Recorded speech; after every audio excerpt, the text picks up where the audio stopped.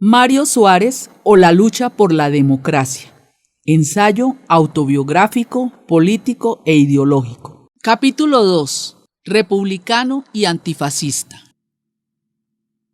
Mi formación política, como ya escribí, nació en mi casa paterna a muy tierna edad. Mi padre, desde el inicio del golpe militar, el 28 de mayo de 1926, que instauró por la fuerza la dictadura militar, dejó de ser diputado porque el Parlamento fue cerrado y perdió su lugar de vocal del Consejo Superior de Finanzas, equivalente al Tribunal de Cuentas, porque fue despedido por la dictadura. Perseguido, pasó a ser un conspirador profesional, preso frecuentemente, clandestino, desterrado a la isla de Madera y después exiliado en las Azores. En ese tiempo, desde 1926 a 1931, como él decía, de vida aireada. Solo lo veíamos de tiempo en tiempo, en lugares furtivos, con todos los cuidados de mi madre, para que como conspiradores que éramos, huyéramos a la vigilancia incesante de la entonces Policía de Informaciones, cuyos agentes procuraban seguirnos y a veces nos seguían de manera más o menos evidente y permanente. Pero ni por eso la casa de mi infancia, donde yo nací, en la calle Gómez Freire, 153, segundo piso izquierda, quedó desierta. Por el contrario, los amigos y correligionarios de mi padre venían casi todos los días con recados a traer y a llevar noticias y muchas veces se quedaban a conversar, hablando mal de los responsables de la dictadura, inclusive antes de hablar ni siquiera de Salazar. Eran los militares de la dictadura, Gómez da Costa, Óscar Carmona, Sinel de Cordes, Domingos de Oliveira, Pasos y Sousa, López Mateus, también llamado Cabo Mateus, y otros todos militares, para solamente citar algunos, que para toda la vida me quedaron en la memoria. En 1931 se dio la revolución, el 26 de agosto, 4 años después de la revolución, el 3 y 7 de febrero de 1927 en Porto y en Lisboa, en la que mi padre también participó. Hubo muertos y duró prácticamente una madrugada y un día. Yo estaba cumpliendo 7 años, teniendo en cuenta que nací el 7 de diciembre de 1924 en plena Primera República. Utra Machado, que más tarde conociera muy de cerca, era el 26 de agosto el comandante militar de la revolución y fue vencido y hecho prisionero y fue a parar a Timor. Mi padre logró escapar volviendo a la clandestinidad. Ese día comprendí, aunque no tenía aún 7 años, por las entradas y salidas de emisarios y amigos de mi padre que pasaron por mi casa y por lo que ellos decían que había una revolución en las calles. Se escuchaban tiros que parecían de cañón. Mi padre estaba metido totalmente en ella y lo peor es que no estaba saliendo nada bien. Había un ambiente lúgubre, de gran tristeza en mi casa, donde se había refugiado la mujer y la hija de un amigo de mi padre. Lino Franco, que participaba también en la revolución, y otras personas que entraban y salían. Mi madre, que era una mujer de armas tomar, estaba pendiente de todo con gran ánimo y determinación. Recuerdo muy bien ese día funesto que necesariamente me marcó. Mi formación política republicana comenzó pues en mi infancia, aprendiendo a detestar la dictadura. Recuerdo que en 1937 murió en París en el exilio Afonso Costa, lo que me hizo reflexionar y por sugerencia de mis hermanos estuve al igual que ellos durante una semana usando corbata negra. Apenas sabía en esa época quién era Afonso Costa. En 1936 estalló en España la guerra civil con la sublevación de los llamados nacionalistas contra la Segunda República Española, de 1931 a 1936, de Manuel Azaña, de quien mi padre era admirador y con el cual políticamente se identificaba. De Portugal buscó salir el general Sanjurjo, exiliado en Estoril y que debería ser el jefe militar de los revoltosos. No fue. El avión que lo transportaba cayó poco después de levantar vuelo. El general murió. Entonces surgió el caudillo Francisco Franco, comandante militar de Marruecos, español y que hasta entonces había colaborado con la República. Vino trayendo la guardia marroquina, mora como se decía, para la defensa de la cruzada llamada cristiana contra la República y obviamente los republicanos, socialistas, comunistas y anarquistas. No obstante, la República resistió en Madrid, Barcelona y en otras grandes ciudades, apoyada por las milicias operativas y campesinas que espontáneamente se constituyeron con la ayuda de los sindicatos y por una parte del ejército fiel a la causa republicana de que el célebre general José Mialla era uno de los símbolos. En mi casa, desde el inicio se siguió la guerra civil con enorme interés y pasión. Los periódicos portugueses sometidos a la censura eran todos, claro, favorables a los sublevados llamados nacionalistas por razones ideológicas y contrarios a nuestros intereses nacionales. La República Española había reconocido 3 nacionalidades: Cataluña, País Vasco y Galicia. Religiosamente, varias veces al día escuchábamos en mi casa las noticias que daba Radio Madrid, fiel a la República. Fue así como yo, de los 12 a los 15 años, seguí con creciente tristeza la evolución de la guerra, con episodios heroicos que me marcaron y la tragedia final de la derrota. Los nombres de los políticos republicanos españoles me quedaron grabados en la memoria: Azaña, Largo Caballero, Indalecio Prieto, el general José Miaja, Dolores Ibarruri, la Pasionaria, Negrín Casares Quiroga, Álvarez del Valle, etc. En algunas oportunidades escuché los discursos de varios de ellos transmitidos por la Radio Madrid y hasta conocí personalmente más tarde a algunos como Álvarez del Valle y Dolores Ibarruri, la célebre Pasionaria. Hasta la derrota que acompañé por la misma Radio Madrid después de ser ocupada por los franquistas, con la antena siempre emitiendo. 1939 fue el año de la derrota de la República Española. El 27 de febrero, Francia e Inglaterra reconocen al gobierno de Franco. Un año terrible para Europa y para el mundo. Pocos meses después ocurrió el Pacto Germano-Soviético, en agosto de 1939, haciéndose claro que la guerra era inevitable. De hecho, en septiembre de 1939 comenzó la Segunda Guerra Mundial, con Hitler invadiendo Polonia, que al final compartió con la Unión Soviética. Recuerdo haber escrito un soneto, no tenía aún 15 años, sobre la tristeza de la ocupación a Polonia y sobre la heroicidad de la resistencia polaca oprimida después de la caída de Danzig. A mi padre le gustó el soneto, quedó conmovido y lo hizo circular dentro de la familia, pero felizmente se perdió en la vorágine del tiempo. Fue durante la Guerra de España y sobre todo durante la Guerra Mundial que le siguió que evolucioné políticamente, pasando de republicano antisalazarista a antifascista y obviamente antinazi, porque lo que se convirtió en el peligro mayor sin duda fue el nazifascismo y la dictadura portuguesa, hasta entonces una simple dictadura militar autoritaria, sin ideología definida, se tornó fascista, por lo menos simpatizante del fascismo, con Salazar haciendo el saludo fascista y creando el campo de concentración del Tarrafal, la Legión Portuguesa y la Juventud Portuguesa, una especie de juventud italiana, aliado de Franco, de Mussolini y de Hitler.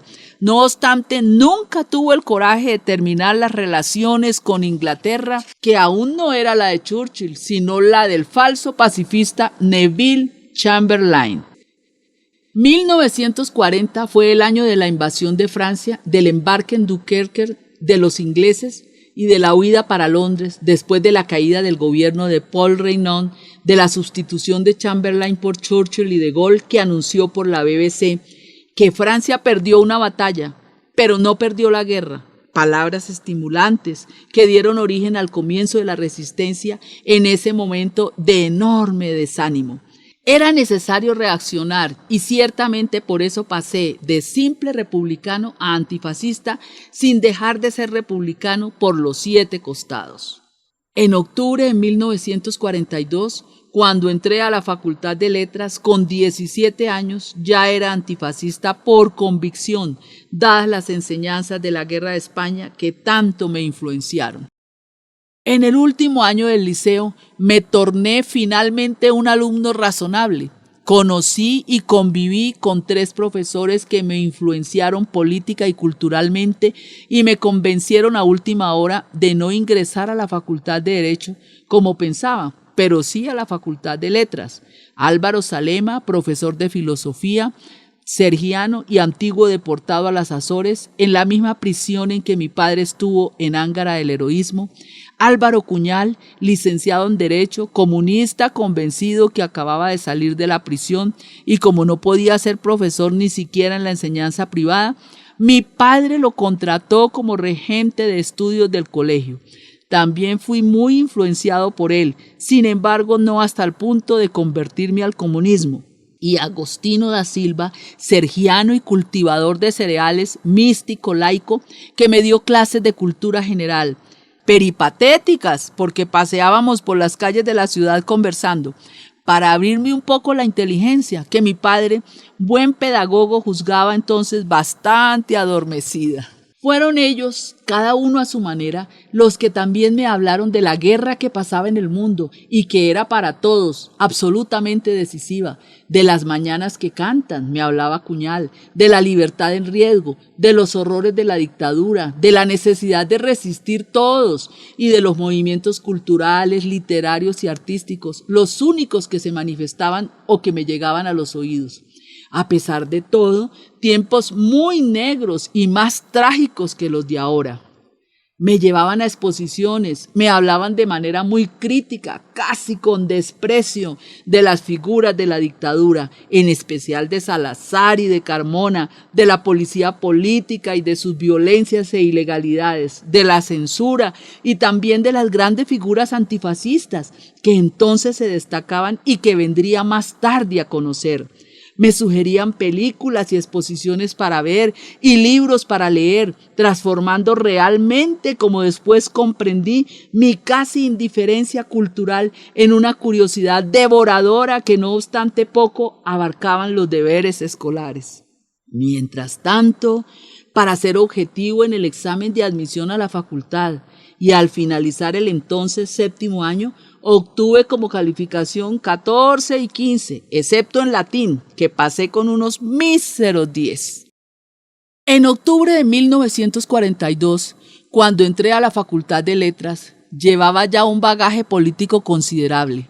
Había conocido una activista comunista de la Facultad de Ciencias que me habló con entusiasmo de los amaneceres que cantan. Guillermo da Costa Carvalho. En vacaciones, en Foz de Arelo, conocí un abogado de Santarém, Humberto López, que era comunista, casado con una hermana de Pedro Suárez, dirigente del PC, que estaba en ese momento preso en el Tarrafal, que me habló mucho del Partido Comunista y de su lucha determinada contra la dictadura. Me presentó entonces a un operario de las Caldas da Reina, Manuel Duarte, que era militante comunista, dirigente local, quien me presentó a mineros, obreros, trabajadores y agricultores de la región de Caldas, con quien hacíamos reuniones en las noches, en lugares oscuros, donde llegábamos en bicicleta y teníamos largas conversaciones sobre la necesidad de luchar contra la situación y en favor de los aliados. También conocí en Nazaret, por conducto de Humberto López, a Jorge Borges de Macedo, alumno de la Facultad de Letras, ya en el 3º o 4º año, que después vino a ser el controlador del reducido grupo comunista de esa facultad. Las vueltas que da la vida. Yo no era comunista, ni siquiera, como se decía, compañero de ruta o simpatizante. No obstante, comprendí rápidamente que en la Facultad de Letras, estudiantes activos contra el régimen, solo había un pequeño grupo, los comunistas. La gran masa de los estudiantes era indiferente a la política. La recién creada Juventud Portuguesa no tenía tampoco ningún peso o influencia. Por el contrario, las organizaciones católicas de la JUC, Juventud Universitaria Católica, Femenina y Masculina, esas sí tenían fuerza y tendían en esa época para el lado del régimen. Había entonces un sector intelectual de izquierda no alineada con el que simpaticé mucho en torno de un pequeño periódico, Horizonte, muy interesante, en el cual se destacaban Joel Serrao y Ruiz Gracio, ambos un poco más viejos que yo. Los años de la guerra fueron corriendo, siendo Portugal más o menos neutral, en vista de que Salazar no podía desagradar completamente a Inglaterra, nuestra antigua aliada que mantenía la supremacía en los mares a pesar de la guerra submarina, como es claro, por motivo de las colonias. Pero ideológicamente el Portugal de Salazar estaba incomparablemente más próximo de los fascistas italianos y de los nazis que de los aliados, porque Salazar en ese tiempo, con su desprecio por la democracia, creía en la victoria del nazifascismo. Inglaterra resistió heroicamente al Blitzkrieg y fue cuando el gran Churchill dijo al pueblo británico, elogiando la RAF, a la Fuerza Aérea: nunca tantos debieron tanto a tan pocos. Una de las grandes frases de Churchill en el inicio de los bombardeos a Londres. En 1941 se dio un viraje radical cuando Hitler resolvió, sin declaración de guerra, invadir la Unión Soviética la noche del 21 para el 22 de junio de 1941. El 12 de julio, la Gran Bretaña y la Unión de Repúblicas Socialistas Soviéticas firmaron un pacto de asistencia mutua y el 22 de mayo de 1942 ese pacto pasó a ser un tratado formal de alianza válido por un periodo de 20 años. Churchill no perdió tiempo a pesar de su visceral anticomunismo. La Unión de Repúblicas Socialistas Soviéticas resistió heroicamente a la invasión alemana, sobre todo en 3 puntos: Leningrado, Moscú y Stalingrado, en el sur. Fue una verdadera epopeya que entusiasmó a los comunistas y a los antifascistas de todo el mundo. Yo fui uno de ellos. Aún al fin de ese año de cambio de 1941, el 7 de diciembre, día de mi aniversario, recuerdo bien, oímos al almuerzo a la BBC anunciar el ataque japonés a Pearl Harbor, lo que significó la entrada del Japón en la guerra y consecuentemente de América. Todo cambió. La Gran Bretaña dejó de estar sola y sus aliados, la Unión de Repúblicas Socialistas Soviéticas y América, pasaron a estar activamente a su lado, apoyados por las valientes resistencias nacionales en el interior de los países ocupados por los nazis. Fueron acontecimientos internacionales que eran realmente apasionantes y al mismo tiempo terribles. Todo el mundo estaba pendiente de la guerra.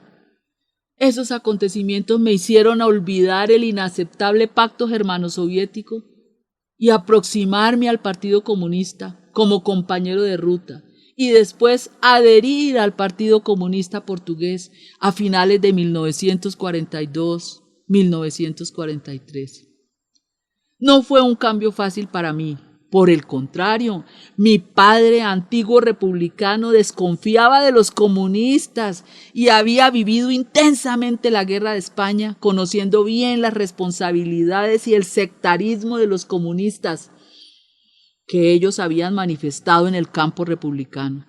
Siempre tolerante y de espíritu abierto, mi padre nunca perdía la ocasión para criticar y ridiculizar lo que llamaba mis camaraditas. No obstante, la guerra y la heroicidad de la Unión de Repúblicas Socialistas Soviéticas había conseguido hacer olvidar ese abominable pasado tan bien descrito aunque entre líneas, en los libros de ruso Ilya Eilburn, La caída de París y después La tempestad, y en los libros de George Orwell en 1984 y de Arthur Koestler, El cero y el infinito, que eran aún en ese tiempo muy mal conocidos en Portugal. Existía la idea de que la gran alianza entre angloamericanos y rusos había obligado los tres grandes a combatir en favor de la democracia y que la Unión de Repúblicas Socialistas Soviéticas no volvería a los violentos y terribles juicios políticos de André Vyskynsky ni a las purgas de los años anteriores a la guerra, tan delictivas e inaceptables. Nos engañamos. No obstante, debo decir que, como militante comunista, realicé siempre un trabajo, sobre todo antifascista, que buscaba esencialmente el fin del salazarismo. Por lo demás, no previmos que la guerra durara tanto tiempo y que no trajera con ella lo que es inaceptable, el fin del salazarismo. 2 errores colosales. Conocí entonces un funcionario de la embajada británica que me daba entradas gratuitas para ver las películas de la propaganda aliada que pasaban en un pequeño cinema inglés llamado Estrela Hall. Acepté ser el distribuidor para toda la Universidad de Lisboa de decenas y decenas de entradas distribuidas gratuitamente. Conversábamos después sobre las películas y así fui reclutando muchos muchachos y muchachas para la causa aliada y para el antifascismo. En 1944 fue creado el movimiento de la unidad antifascista MUNAF en una reunión en Sintra donde estuvieron los representantes de todos los partidos clandestinos de la época. El viejo Partido Republicano, el Partido Comunista, después de la reorganización de 1941, donde Álvaro Cuñal pasó a pontificar, perteneciendo al secretariado, la Unión Socialista, recién creada por los hermanos Magallanes Codiño, Gustavo Soromenko, Adán y Silva y algunos otros en todo el país. Obviamente, la masonería y algunos anarquistas sobrevivientes. Se trataba de una organización unitaria, forzosamente clandestina, que buscaba la caída de la dictadura después de la victoria aliada, que parecía inminente. Fui encargado de distribuir los primeros manifiestos clandestinos del MUNAF y de organizar un grupo de estudiantes en diversas facultades que se considerasen antifascistas, siendo cierto que todos veíamos el salazarismo como fascista, sin ninguna duda. Era el espíritu del tiempo. Vino finalmente el día tan ansiado del fin de la guerra en Europa, el 8 de mayo de 1945. Pertenecía entonces desde 1944 a la Dirección Académica de Lisboa de las Juventudes Comunistas. Teníamos todo organizado para ese día, ser nosotros el motor de la gran manifestación en regocijo por la victoria de las democracias y contra las dictaduras. Intenté paralizar las clases de la Facultad de Letras ese mismo día, cuando la noticia nos llegó. En vano marchamos hasta el Rocío, descendiendo hasta el Chiado, dando vivas a los aliados. Había simpatía e incluso entusiasmo, pero no pasó de eso. En la mañana del día siguiente, como habíamos acordado, paralizamos las facultades, cada uno la suya, y nos encontramos a una hora determinada en el Largo del Rato, donde contábamos ya centenas de personas. Las facultades de Derecho, Medicina, Técnico, Veterinaria y los del Liceo Camoes se fueron juntando y descendieron por la calle de Duque de Lulé hasta el Rato. Nosotros, los de Letras, revolucionamos la facultad con éxito. Arrastramos los del Liceo Pasos Manuel, donde el rector Saravia a la salida gritaba: ¿quién es el energúmeno que está revolucionando el liceo? Y yo respondí amablemente al pasar cerca de él: ¡soy yo! Subimos al Príncipe Real, Escuela Superior Colonial, y nos encontramos en la Facultad de Ciencias. Ahí nos esperaba Mario Rubio, que controlaba el tiempo para que llegáramos a rato a la hora determinada. Como estábamos adelantados a la hora, Mario Rubio, responsable de la Facultad de Ciencias, me obligó a hacer un discurso improvisado desde una de las ventanas de la Facultad de Ciencias. Fue mi primera prueba como tribuno. No me salió mal, de acuerdo a lo que me dijeron entonces mis colegas y camaradas. De rato partimos para las embajadas a Lapa. Ya éramos varios millares con las personas que pasaban cerca a nosotros y que se iban adhiriendo espontáneamente a la manifestación. La policía vigilante tenía órdenes para no intervenir. El comité de la dirección de la manifestación fue recibido por los 3 embajadores, el americano, el inglés y el francés. Todos intentaron frenar nuestro entusiasmo. Nos pedían calma y respeto por el orden instituido cuando nosotros gritábamos a pleno pulmón: libertad, democracia, fin del fascismo. Una cruel desilusión. Descendimos a la avenida 24 de Julio, donde se unieron a nosotros los obreros de Alcántara, de la Cordoaria y del Porto de Lisboa. Seguimos por la avenida 24 de Julio y pasamos por la plaza con el Palacio caminando hasta el Rocío. Éramos ya millares de centenas. La manifestación terminó en el Rocío. En el recorrido llevamos las banderas de los aliados, excepto la de la Unión Soviética. Gritábamos: ¡Viva América! ¡Viva Inglaterra! ¡Viva Francia!